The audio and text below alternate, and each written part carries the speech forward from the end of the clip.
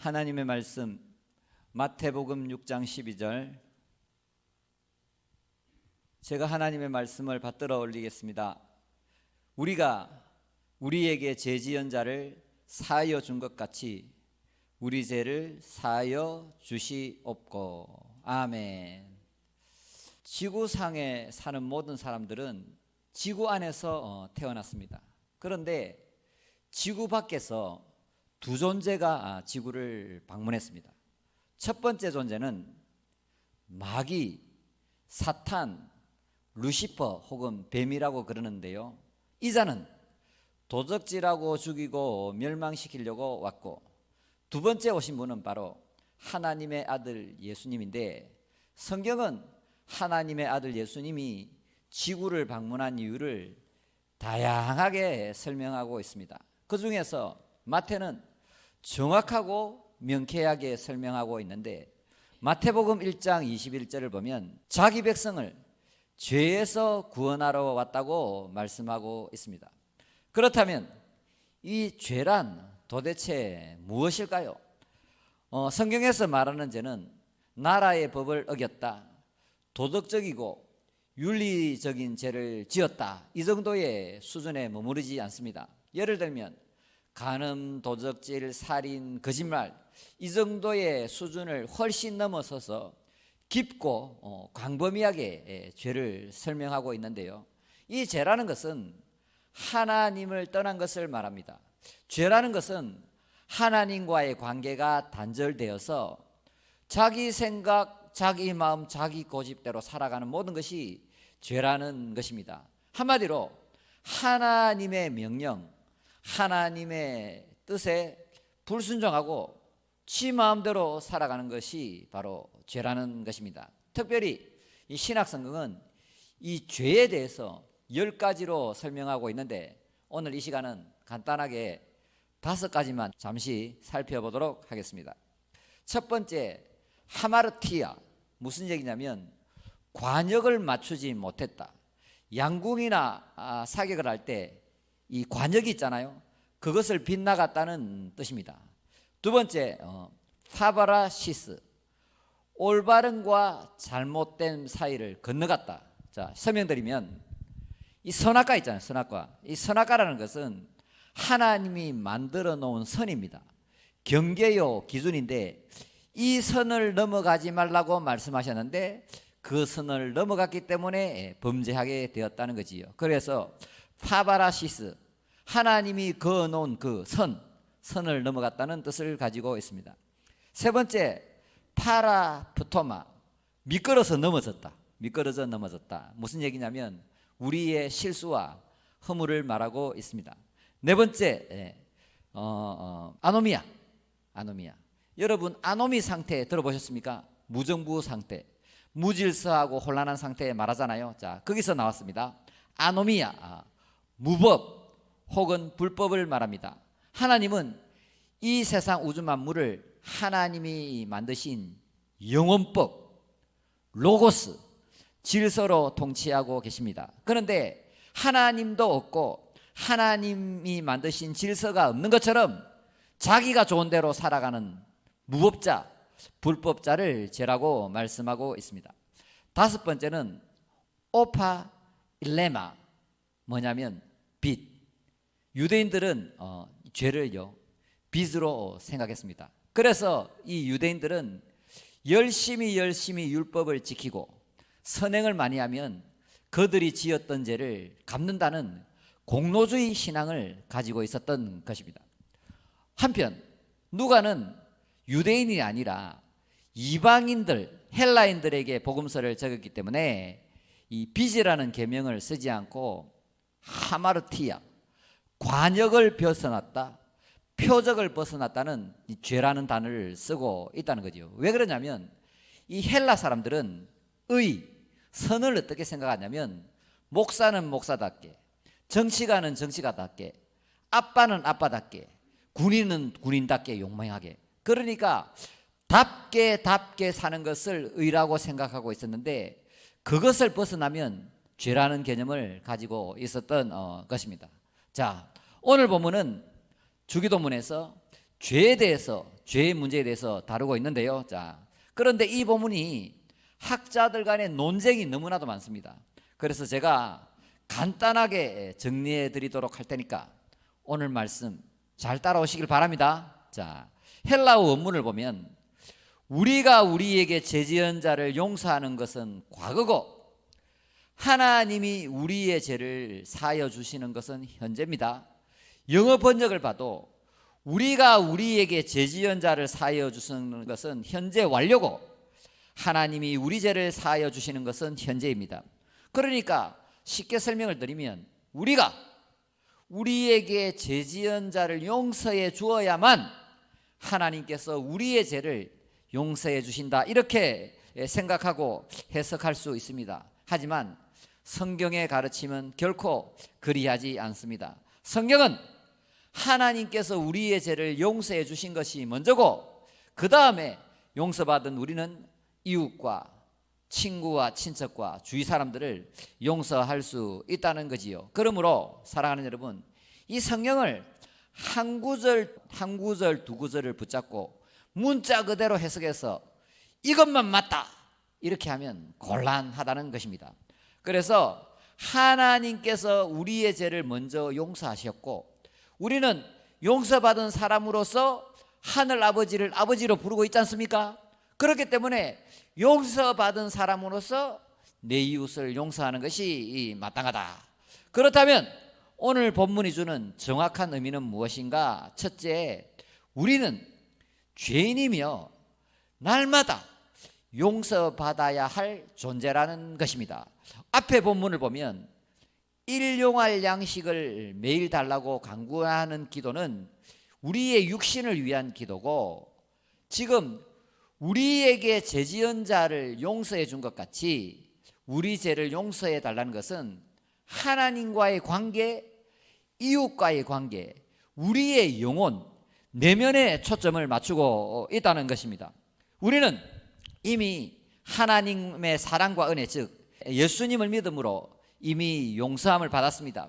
우리는 믿음으로 의롭다함을 받았기 때문에 더 이상 죄 용서가 필요하지 않다고 생각할 수는 있습니다만, 다시 말해 우리가 구원받았을 때 칭이라 그러지요. 하나님께서 의롭다고 인정해 주었기 때문에 이제 더 이상 죄 용서 같은 건 필요 없다고 주장할 수 있겠지만 전혀 그렇지가 않습니다. 우리가 우리의 모든 죄를 용서함을 받았습니다. 우리는 하나님이 의롭다 하셨고 예수님의 공로로 하나님의 자녀가 되었습니다만 우리는 한 번 제사함으로 끝나지는 않습니다. 자, 한 번 제사함을 받았으니까 그거로 끝이다. 이것은 이단, 구원파의 교리인 것입니다. 주기도문에서 죄의 용서를 구하는 기도, 오늘 본문의 기도는 하나님과 우리 사이에 관계를 강조하는 표현입니다. 하나님과 우리 사이의 죄는 하나님과 우리 사이를 갈라놓는 결정적인 악이라는 것이지요. 자, 예를 들면, 자, 김씨가 있는데, 내가 김씨로 태어났는데 우리 아버지께 죄를 짓고 실수하고 흠을 범하더라도 내가 김씨라는 것은 달라지지 않습니다. 그렇지만 내가 아버지께 많은 죄와 실수를 범했다면 당연히 자식된 도리로 아버지를 찾아가서 용서를 구하고 관계를 회복하는 것이 마땅하지 않겠습니까?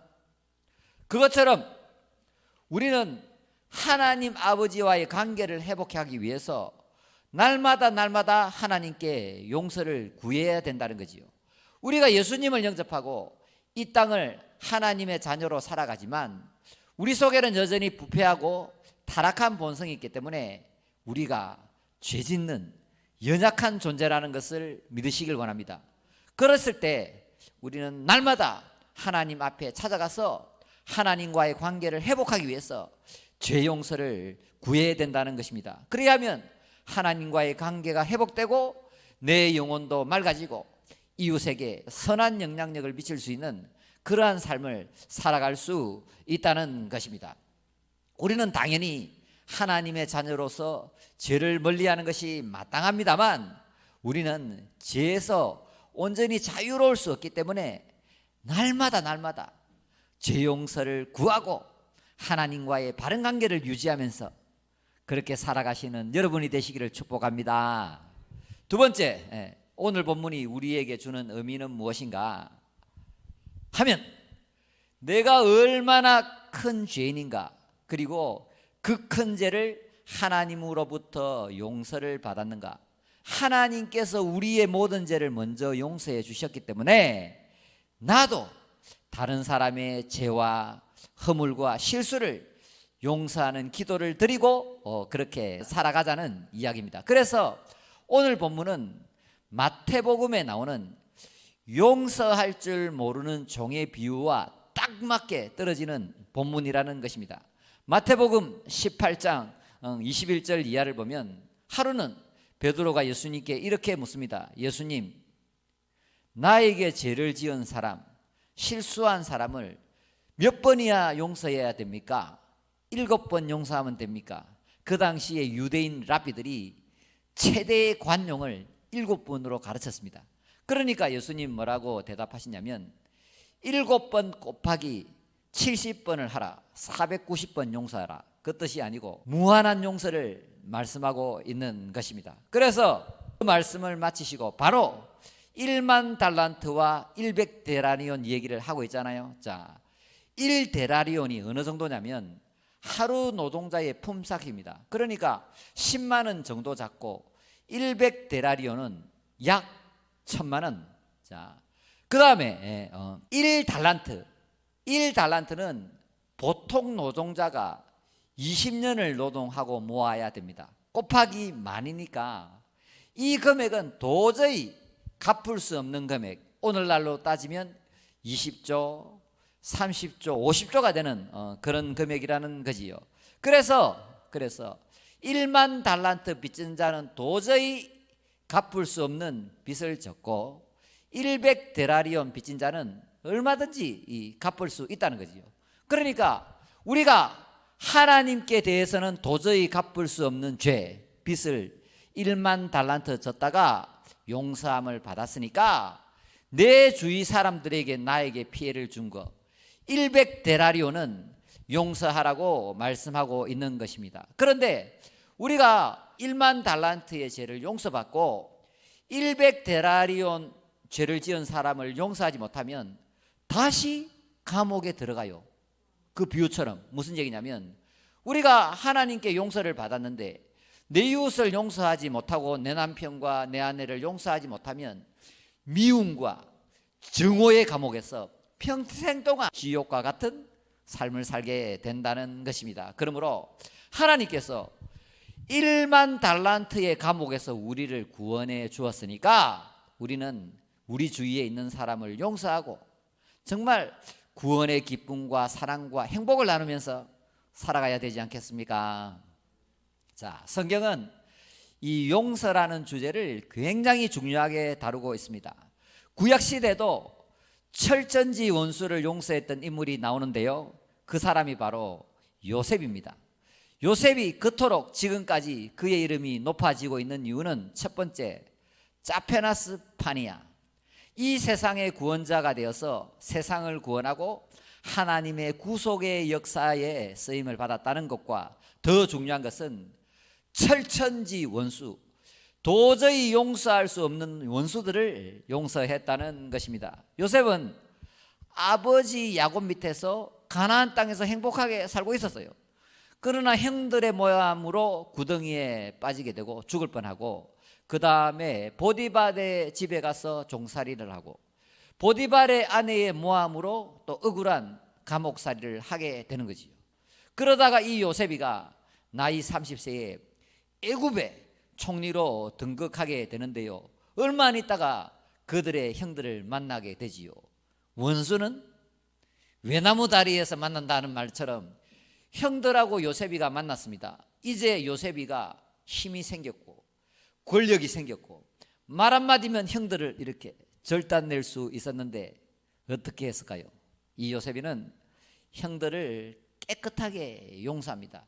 그렇다면 이 요셉이가 그 철천지 원수였던 형들을 용서할 수 있었던 비결이 무엇일까요? 그것이 창세기 45장 7절에 나오고 있습니다. 제가 이 말씀을 정말 마음속 깊이 새기고 평생 제 좌우명으로 삼고 있는 말씀인데요, 하나님이 큰 구원으로 당신들의 생명을 보존하고 당신들의 후손을 세상에 두시려고 나를 당신들보다 먼저 보내셨나니. 지금 형들이 시기질투하여 요셉을 죽이려 하고 애굽의 종으로 팔았는데 그게 아니다는 거지요. 형들이 한 것이 아니라 하나님이 그렇게 하셨다고 고백하고 있습니다. 요셉은 모든 것이 하나님의 계획이요, 하나님의 섭리요, 하나님의 은혜라고 고백하고 있는 것입니다. 이처럼 우리도 요셉처럼 영적인 안목을 길러야 합니다. 이 세상에는 하나님의 허락 없이 될 수 있는 일은 없습니다. 그래서 내 주위에 생기는 모든 일은 우연이란 없습니다. 모두 하나님의 뜻 안에서 이루어집니다. There are no accidents. 좋은 일이든지 나쁜 일이든지 슬픈 일이든지 기쁜 일이든지 쉬운 일이든지 힘든 일이든지 혹시 원수 같은 인간이 가시 같은 사람이 나를 찌르는 그 모든 일도 하나님의 허락 안에서 일어나고 그 일들은 결국 합력해서 선을 이룬다는 것을 믿으시길 원합니다. 이 자리에 계신 분 중에 지금 현재 진짜 용서가 되지 않는 사람, 그 사람 때문에 이 마음속에 원망이 사라지지 않는 분이 계십니까? 부모, 형제, 시부모, 자매, 남편, 교회 성도, 목사님, 직장 동료, 상사, 누구입니까? 다른 사람은 몰라도 그 인간만은 절대 안 돼. 그 인간이 나한테 어떻게 한 줄 안다면 목사님은 그렇게 쉽게 말씀하지 못할 거야. 혹시 이런 마음을 가질 수가 있는데요, 그러한 환경, 그러한 사람을 통해서 받은 상처까지도 하나님께서 그렇게 하셨다. 한번 따라하겠습니다. Follow me. 하나님이 허락하셨다. 우리는 하나님으로부터 1만 달란트의 죄를 용서받았습니다. 그런데 우리는 오늘 우리에게 죄 지은 자를 용서하지 못하고 살아가고 있다면 우리는 미움과 증오의 감옥에서 벗어나지 못하게 된다는 것입니다. 겉으로는 멀쩡할지 몰라도 마음은 지옥과 같은 삶을 살 수밖에 없게 된다는 것입니다. 그러므로 사랑하는 여러분, 일평생 살아가면서 내 주위에 있는 사람을 용서하며 살아가길 원합니다. 예수님을 믿는다는 것은 예수님의 마음과 예수님의 사랑으로 내 주위에 그 허물 많은 사람을 용서하면서 안아주면서 이해해주면서 살아가는 것 아니겠습니까? 자, 용서에 대한 예를 한 번만 더 살펴보면 호세아와 고멜 이야기가 있습니다.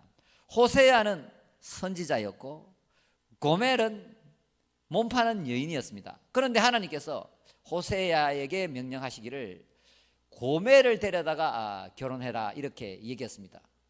그렇게 할 수 있겠습니까? 자, 호세아는 도저히 인간적인 눈에는 납득하기 어려운 하나님의 말씀에 순종합니다. 그래서 호세아와 고멜은 행복하게 살고 있다가 아이를 3명이나 낳았어요.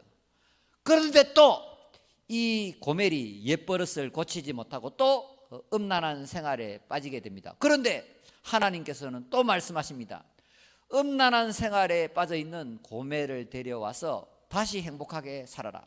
사랑하고 용서하고 다 용납해주고 고멜을 아내로 다시 맞아들이라고 명령하는데 이 호세아가 또 하나님의 명령에 순종해서 자기가 고멜의 몸값을 가져다가 갖다 주고 그 아내를 다시 데리고 와서 아내를 삼고 살게 됩니다. 사실 하나님께서 이 호세아에게 이렇게 명령하신 이유가 있습니다.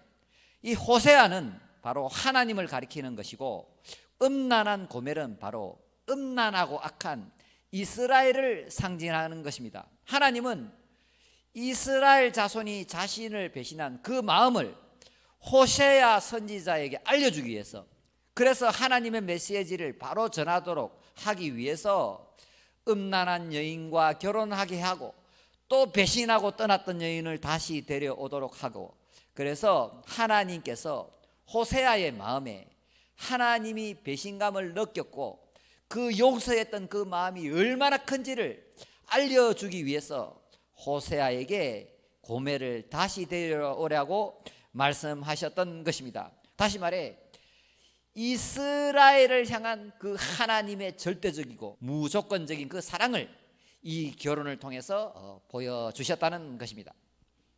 호세아 선지자와 고멜의 이 이야기를 우리에게 적용하면 호세아는 히브리어로 예수라는 뜻입니다. 고멜은 음란한 여인인 우리지요. 그래서 호세아는 예수님을 상징하고 고멜은 악하고 음란한 우리를 가리키고 있습니다.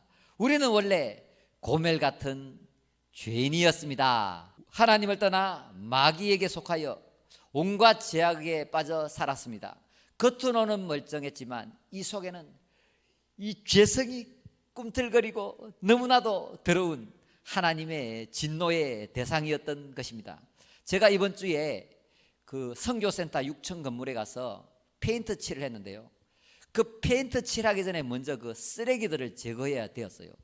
그런데 비둘기가 와서 배설물을 뿌리고 엉망진창이 되어 있는 것을 깨끗하게 다 걷어내고 페인트를 새로 바르고 깨끗하게 만들어 놓으면서 제가 큰 은혜를 받았습니다. 뭐냐면 지금 페인트 바르기 전에 이 현장이 내 마음이구나. 이렇게 더럽고 추한 내 마음이구나.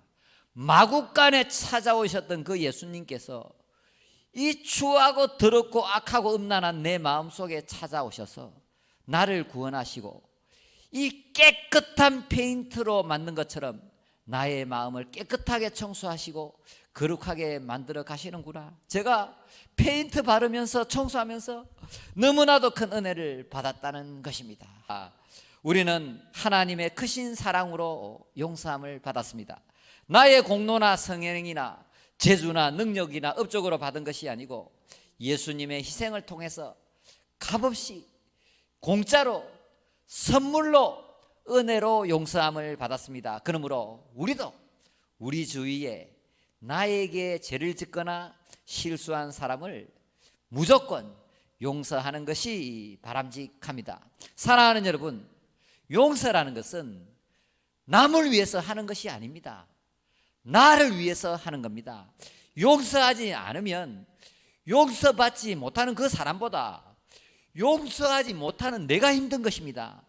즉 내가 미움과 증오의 감옥에서 하루하루 지옥을 살게 된다는 것입니다. 사람은 누구나 잘못할 수 있고 누구나 실수할 수 있습니다. 성경도 그것을 이해하고 있습니다. 성경은 우리에게 죄를 짓지 말라고 말씀하고 있지만 우리가 죄를 지을 수밖에 없는 실존이라는 것을 너무나도 잘 이해하고 있다는 거지요. 그렇기 때문에 예수님이 이 땅에 오신 것 아니겠습니까? 그와 같이 우리도 나에게 실수한 사람들, 나에게 상처를 준 사람들, 그런 사람을 만났을 때 그 사람의 입장에서 생각해보고 이해하고 용납해주고 용서하고 뭐 그럴 수도 있겠지. 그렇게 둥글게 살아가는 것이 그리스도인들의 삶이라는 것을 믿으시길 원합니다. 자, 사랑하는 여러분, 예수님은 우리를 용서하시기 위해 십자가에서 모진 고통을 다 이기시고 우리를 용서해 주셨습니다. 그 모진 고통을 참으시고 우리를 용서해 주셨기 때문에 우리가 예수님의 제자가 된다는 것은 바로 예수님의 사랑과 예수님의 용서를 배우는 것이라는 것입니다. 여러분, 오늘 용서 얘기를 하니까 여러분 한 분 생각 안 납니까? 네, 그분이 바로 남아프리카 공화국의 넬슨 만델라 대통령입니다. 남아프리카 공화국은 어떻게 세워졌냐면 유럽의 그 백인들이 아프리카에 쳐들어가서 식민지 국가를 만들었습니다. 백인은 우월하고 모든 기득권을 다 차지하고 흑인들은 어렵고 힘들고 가난하고 괴롭고 이런 삶을 살았습니다. 그러한 삶을 바라본 만델라가 젊은 시절에 이것은 잘못됐다. 백인이나 흑인이나 똑같은데 왜 그렇게 백인은 잘 먹고 잘 살고 권력을 누리고 흑인들은 항상 힘들게 살아야 되냐 하고 인권 운동을 했지 않습니까? 그런데 이제 백인들이 만델라가 인권 운동을 한다고 감옥에 잡아 넣었습니다. 그 감옥에서 모진 핍박과 박해와 수치를 다 당하면서 이 넬슨 만델라가 27년간의 감옥 생활을 견뎠다는 거지요. 그런데 만델라가 그 감옥 생활하면서 이런 생각을 했대요. 어떤 생각을 했냐면, 저 백인들이 악랄하게 나를 괴롭히고 이 감옥에 넣어놓고 고문을 가하지만 내 마음은 감옥에 살아서는 안 되겠다. 내가 저들을 용서하지 못하면 내 마음까지 지옥을 살게 되고 감옥을 살게 되니까 내가 용서해야지 하면서 그 감옥의 27년간의 그 모진 세월을 예수님을 마음에 모시고 기쁘고 즐겁게 하루하루 그렇게 버텨내었대요. 놀랍지 않습니까? 자, 그런데 드디어 27년이 지나서 넬슨 만델라가 감옥에서 나오고 얼마 안 있다가 그가 남아프리카 공화국의 대통령이 되었습니다. 이제 힘이 생겼고 권력이 생겼으니까 얼마든지 보복할 수 있지 않겠습니까? 보복했을까요? 용서했을까요? 네, 넬슨 만델라는 백인들을 모두 용서했습니다. 넬슨 만델라 대통령이 백인들을 용서하지 않았다면 지금도 백인, 흑인 서로 용서하지 못하고 서로 적대시하면서 살아가지 않겠습니까? 또한 백인과 흑인의 갈등이 더욱 심화되어서 정권이 바뀔 때마다 서로 감옥 보내고 죽고 죽이며 적대적인 관계 속에서 살았을 것입니다. 그런데 만델라 대통령은 백인들이 자신들의 죄를 솔직하게 시인만 하면 모두 다 용서해주고 뿐만 아니라 그가 대통령 취임식을 할 때에 그 자기를 괴롭히고 모욕을 주고 박해했던 그 사람들을 다 불러서 함께 기쁨의 취임식을 나누었다고 합니다. 누군가가 넬슨 만델라 대통령에게 물었습니다. 그렇게도 악하고 못된 백인들을 어떻게 용서할 수 있었습니까? 만델라는 이렇게 대답했습니다. 나는 27년 동안 감옥에서 용서를 배웠다. 내가 27년간의 감옥에서 감옥 생활을 하고 이제 나와서 자유를 얻었는데 내가 만일 저 백인들을 용서하지 못하고 살아간다면 나는 또다시 증오와 미움의 감옥을 살 것이 아닌가. 내가 왜 또 그런 감옥을 살아야 하는가. 그렇기 때문에 나는 저 백인들을 예수님의 마음으로 깨끗이 용서한다. 할렐루야. 이제 말씀을 정리하고자 합니다. 오늘 본문, 우리가 우리에게 죄 지은 자를 사하여 준 것 같이 우리 죄를 사하여 주시옵고라는 이 기도의 참 의미는, 첫 번째, 우리는 예수님을 통해 구원을 받았지만 날마다 죄를 짓는 연약한 존재다.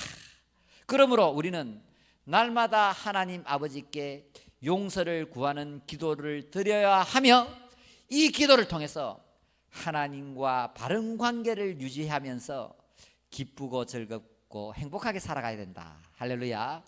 두 번째, 우리는 1만 달란트의 죄를 용서함 받은 성도로서 내 이웃의 죄와 실수와 허물을 깨끗하게 용서하면서 기쁘고 즐겁고 행복하게 살아갑시다. 자, 제가 마지막으로 당부드립니다.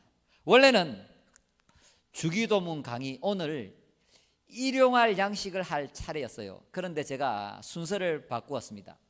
그 이유가 무엇이냐? 이번 추석 명절을 앞두고 바꾸게 되었습니다. 이번 추석의 명절에 부모, 형제, 시부모, 가족, 친구, 친지, 친구들을 만나게 될 것입니다. 그 중에서 나에게 죄 지은 사람, 상처를 준 사람, 실수를 한 사람을 만날 수도 있습니다. 왜 그러냐면 나에게 상처를 주는 사람은 가까이 있습니다. 나에게 실수를 한 사람도 가까이 있습니다. 나를 어렵게 하고 힘들게 하고 괴롭게 하는 사람은 언제나 가까이에 있습니다. 그렇기 때문에 이번 명절에 그 가까운 사람을 만날 수도 있는데 우리의 본성으로는 그러한 사람을 용서한다는 것이 너무나도 힘들다는 것입니다. 그러므로 오늘 이 시간 이 말씀을 주의 음성으로 듣고 우리 성령님께 도움을 구해서 그 사람들을 용서할 수 있도록 은혜를 달라고 기도합시다.